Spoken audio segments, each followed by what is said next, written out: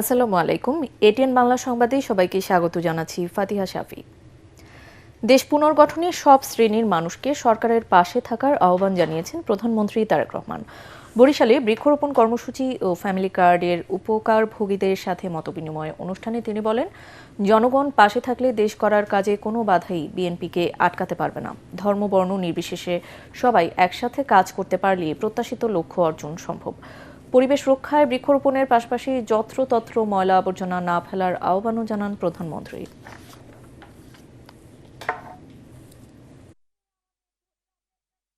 প্রিয় মায়েরা, প্রিয় বোনেরা, আজকে আমাদেরকে যদি সামনের দিকে দেশকে এগিয়ে নিয়ে যেতে হয়, যদি দেশের মাদের হাতে, প্রত্যেকটি নারীর হাতে যদি ফ্যামিলি কার্ড পৌঁছে দিতে হয়, তাহলে আপনাদের সাহায্য, আপনাদের সমর্থন, আপনাদের সহযোগিতা বর্তমান বিএনপি সরকারের প্রয়োজন।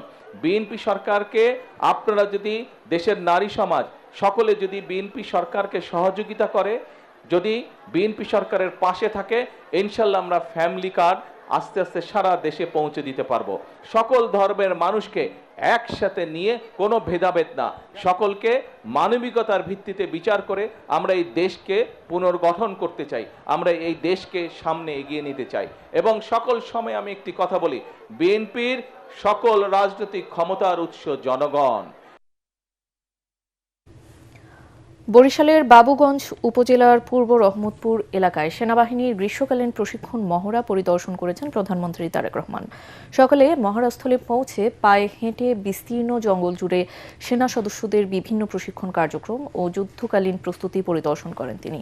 মহড়া চলাকালে প্রধানমন্ত্রী দুর্গম ও ঘন জঙ্গলের ভেতরে সেনা সদস্যদের অবস্থান, চলাচল এবং বাস্তব যুদ্ধ পরিস্থিতির উপযোগী বিভিন্ন কার্যক্রম পর্যবেক্ষণ করেন। পাশাপাশি শত্রুপক্ষের ড্রোন শনাক্ত ও প্রতিরোধে ব্যবহৃত অ্যান্টি ড্রোন মাল্টিব্যারেলের কার্যক্রম প্রত্যক্ষ করেন। এ সময় দায়িত্বপ্রাপ্ত সেনা কর্মকর্তারা তাকে মহড়ার বিভিন্ন দিক এবং সেনা সদস্যদের কৌশলগত প্রস্তুতি সম্পর্কে অবহিত করেন। পরে সেনা সদস্যদের উদ্দেশ্যে দিক নির্দেশনামূলক বক্তব্যে প্রধানমন্ত্রী বলেন, দেশের স্বাধীনতা ও সার্বভৌমত্বের প্রতীক সেনাবাহিনীর উপর জনগণের গভীর আস্থা রয়েছে। জাতীয় সংকট মোকাবেলা, দেশের নিরাপত্তা নিশ্চিত এবং আইনশৃঙ্খলা রক্ষায় সেনাবাহিনী বারবার পেশাদারিত্ব, সাহসিকতা ও দেশপ্রেমের উজ্জ্বল দৃষ্টান্ত স্থাপন করেছে। গত 24 ঘন্টায় বৃষ্টিপাত কমে আসায় দেশের বেশিরভাগ বন্যা কবলিত এলাকায় পরিস্থিতির উন্নতি হলেও কোথাও কোথাও এখনও দুর্ভোগ কাটেনি। বান্দরবান খাগড়াছড়িতে পানি নামতে শুরু করলেও রাঙ্গামাটির বরকল উপজেলায় নতুন করে বন্যা পরিস্থিতির অবনতি হয়েছে। অন্যদিকে মৌলভীবাজারে নদ নদীর পানি বিপদসীমার নিচে নেমে আসায় ফিরতে শুরু করেছে স্বস্তি।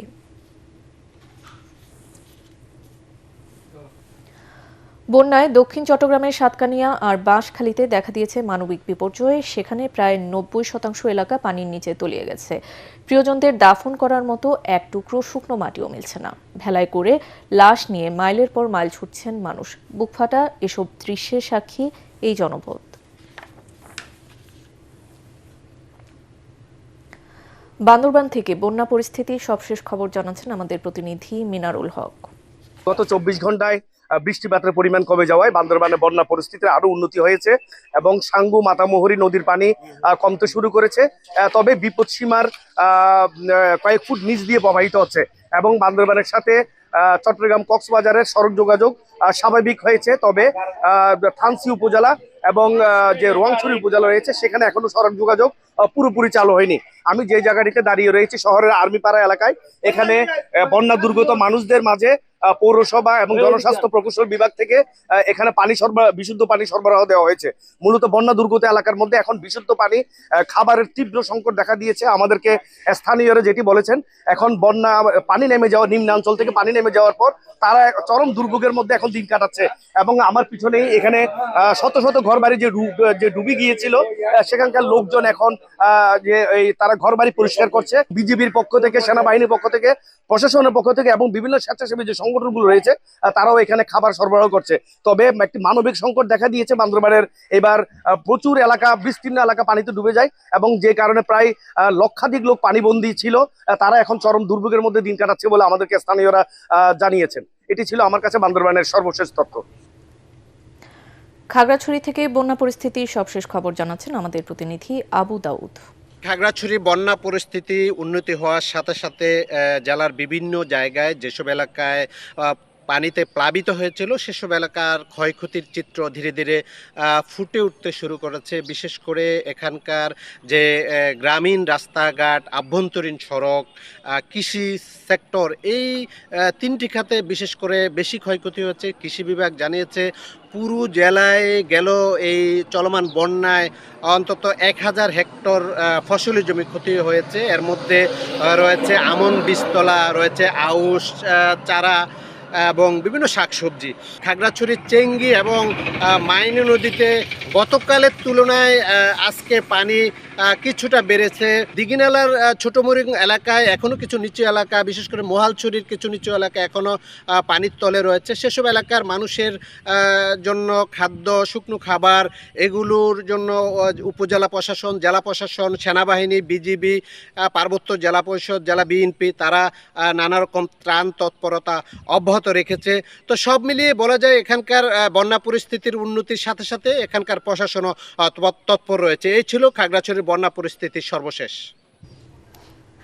টানা বৃষ্টি, জলাবদ্ধতা আর তীব্র যানজটে নাকাল রাজধানীবাসী, সবচেয়ে বেশি ভোগান্তিতে কর্মজীবী মানুষ। প্রতিকূল আবহাওয়ায় বিড়ম্বনায় এইচএসসি পরীক্ষার্থীরা, একই পরিস্থিতি সাধারণ শিক্ষার্থীদেরও।